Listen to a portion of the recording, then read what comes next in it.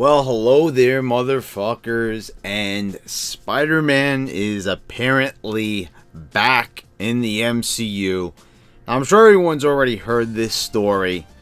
It just broke yesterday, and a lot of people, they're of course happy about this, and this comes hot off the heels.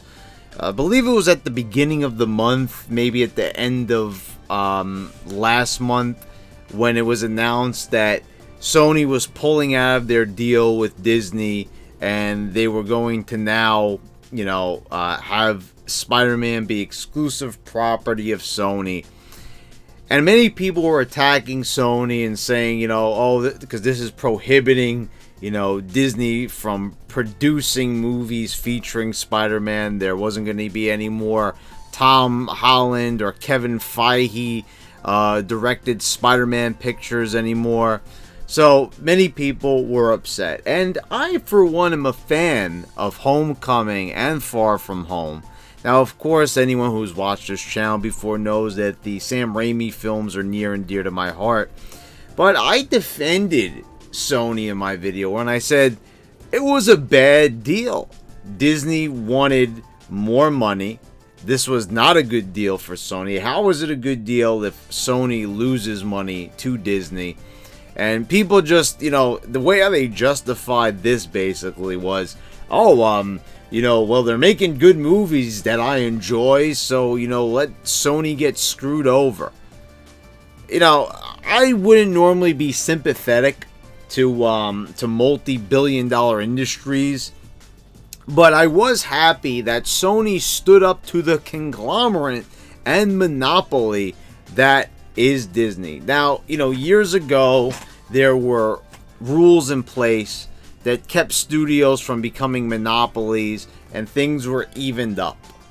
Now, I'm all for if, a company is successful, production company is successful, and they manage to make it to the big time and produce a lot of hit films.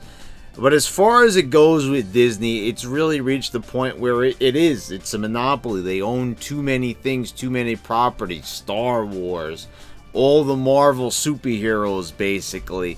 You name the franchise, they pretty much own it. Everything that's, putting out, you look at their streaming service, it's like almost every single biggest franchise known to man is going to be on there. So, it goes without saying it's gotten a little bit ridiculous. So as you hear with Forbes that, now they've reached a new deal, and it's going to ensure that billion-dollar business for the wall crawler for years to come. And, there's not really a lot of details here on the, on the actual deal itself. I'm sure it was more beneficial to Sony. Of course it had to be, because the other deal wasn't. Now, we're going to get the third film in the series, and it's going to be releasing July 16, 2021, which makes sense, every 2 years. Homecoming is 2017, 2019 for the one that came out this year, Far From Home, and 2021 for the third film in the series. And we could possibly see Spider-Man crossing over into other films. There's going to be one spin-off. Something is going to happen there, apparently, from what this article states. So there's going to still be a Spideyverse, from what they're saying. As Sony continues to develop their own Spideyverse, you never know what surprises the future might hold. There's going to be something with Spider-Man. So maybe he might pop up in Venom 2. You never know. So, you can read through this article yourself. But, I'm not going to get too into it, because there's not really a lot there. Basically, you could do a quick Google search. You'll find everything, basically, that you need to know there. Because there's not really a whole lot to read there. It's basically, they've got a new deal. Spider-Man 3 is coming out. The Spider-Man 3 from Disney is coming out. And there's going to be some type of crossover movie of some sort. I'm not sure if it's going to be on the Sony side or the Disney side. from basically what they're saying, it looks like more it's going to be on the Sony side. And, I'd be okay with that. If somehow Spider-Man makes it into Venom 2, that could be exciting. I'm not, like, super thrilled about this, though. I'm just going to be quite honest, because I'll tell you one thing. I like the Spider-Man movies. I really do. I'm not, like, super crazy enthusiastic about it as I used to be with the Sam Raimi films. That might be nostalgia, might be, but I don't really get as emotional watching those films as I do, watching the Raimi trilogy. And, that's just personal preference, I suppose. A lot of people disagree with that statement. They've moved on. Even people my age, with the Spider-Man films from Sam Raimi that were released during their teenage years. A lot of people have moved on. I've even heard people say almost ridiculous things. You've heard the nostalgia critic even saying that the Andrew Garfield Spider-Man movies are superior. Which, but whatever the case may be. The thing what I am more alarmed at is that I like the idea of Sony sticking it to Disney. When everyone else bows down to Disney, it was Sony standing up to the big conglomerate and saying no. Now, I get it. There was probably a very profitable deal in there that was too hard for Sony to refuse. And they caved in and said, here, you could have Spidey back. So, I mean, that's good. There's probably still going to be a nice film. A nice cap off to the Spider-Man trilogy. And it's nice that we get to see a conclusion. Because it kind of would be a shame just to have two movies and it just end with, Far From Home. Because there is so much more that they could do. I will even say that there is even more untapped potential that they could have even went into. They could have went even further. But especially with the cliffhanger that we got with Far From Home, it would have been such a shame to see there not be a movie continued on. And you imagine Sony, or maybe they would have had another studio, make the movie, and it just, it would have been another reboot. It would have, I don't want to say a disaster, but I would have lost even more interest. But I have to say, it is disappointing because I kind of like the idea of Disney kind of, being a bit flabbergasted, taken aback, kind of showing a kink in their armor finally. And I didn't see a lot of this opinion going around, only a select few individuals. And I was very surprised. Like, I want the movie. It's not like we don't get 1,000 other superhero movies. And this is coming from one of Spider-Man's biggest fans. You guys gotta understand, there's a big oversaturation of superhero movies going on right now at this moment. Not just right now, but even a few years ago. And in a few years, by 2021, I think we're gonna be really, really sick and tired of superhero movies. But there's some people who are like unfazed by it. They really look forward to every single thing. Like, you guys know, I go to see them. I review them here on the channel. Some of them I don't like.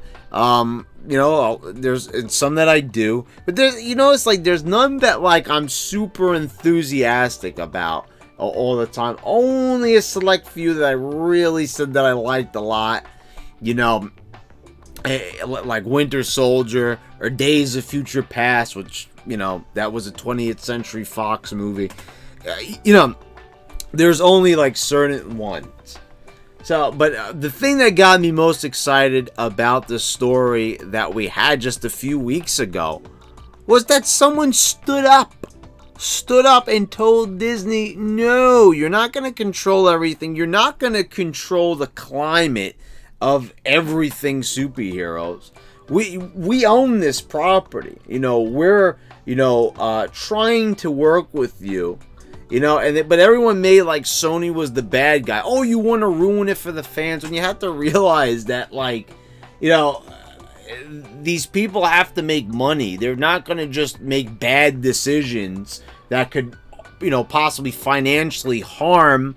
Think about this. If Sony, starts to lose tons of money, and investors start to pull out and there's bad deals being made, that's also going to hurt Spider-Man. That's also going to hurt the property. And then Sony won't be open to any deals. So people want to like just say, hey, well, I'm not getting the movie I want. So, I'm just going to, poo-poo on Sony. It doesn't make a lot of sense. And like I said, I'm a little disappointed. That they pulled back. That, they basically, I can't say they really bent the knee to Disney, because obviously, they're got a little something going on there. There's definitely a little cha-ching. So definitely a bit of an increase going on financially for them, of course, because that's why this whole thing started, over money. And I understood, but I would have liked to see them kind of, take this as a sign that you shouldn't be doing business with Disney, because they just want everything. And it's not going to take long probably before something like this happens again. Remember, just because we got this announcement doesn't mean that Disney's not going to try to like pull it back in again. I think maybe not really, because I think they're scared to lose this property. They saw how much unrest it caused within, the Marvel fan base and the MCU fan community. But at the end of the day, all has to do about money. And, I guess Disney also saw that everyone was attacking Sony, not them, which I thought was completely idiotic, to say the least. I'm just going to have to reiterate that again. It was idiotic. People were acting so immature. You became a meme, basically, of everyone just pouting over the deal. And, like, they showed that they had, like, no idea, like, what this deal was even. They just knew that the Spider-Man film wasn't being made, and that they had to just blame. They had to blame the closest person that they could possibly blame, which was Sony. They had to say, like, so Sony's the one that's pulling out of the deal, so we have to blame them. Not realizing that, if something's like, let me ask you a question. If you had a deal and all of a sudden the tables turn, you find out that you're going to be making less money than you were before, like at your job. Imagine that. Imagine that someone at your job tells you you're going to be making less money and you're not really getting anything else out of it. Doesn't make any sense to you. What, are you going to agree to that? Are you going to be okay with that deal? Of course you're not. So why is it okay for Sony then to lose money and have Disney just gloat and have more power? Why should Sony bend the knee to Disney? They shouldn't. And I don't know what happened behind the scenes. Like I said, not a lot of details. We could talk about that later as more details are released, and I'm sure they will be as the days go on. I'm just saying, it's good that we'll finally get a cap off to this trilogy, which has been good. But I would have liked to see this actually carry through and see where it ended up. And, and have Disney kind of thinking about it, like, maybe we shouldn't be this greedy, because not everyone is going to take it. Most people have. Sony seemed to be the first one to really stand up to them and tell them, no, this is not the way it's going to be. We're going to have it our way or the highway. And I guess Sony is getting it the way that they want. And, I guess that they're still making more money than Disney is off of the film. And, and probably even more so. They probably worked something out and it came to the table. Or maybe I don't know. Maybe something else changed. Maybe something with the marketing. I have no idea. It's all speculation at this point. But anyway, guys, what do you think down in the comments? Are you, do you see my perspective, or am I like one of the few here that believes that like, it's a little bit disappointing that in the end Disney got their way, and it's still like, oh well, Disney still gets to do what they want to do, which leaves the door open for Disney to continue thinking that their monopolistic ways are okay in the film industry, and that they'll probably try to pull this stuff on weaker studios and try to buy up more properties, that are maybe not as strong-willed as Sony. Or, do you just think Sony bad? Sony bad. Like the majority seems like they think that way. But anyway, guys, subscribe, click the bell so you get all the notifications when I post all my new videos. And thanks for watching, guys. I'll see you next time.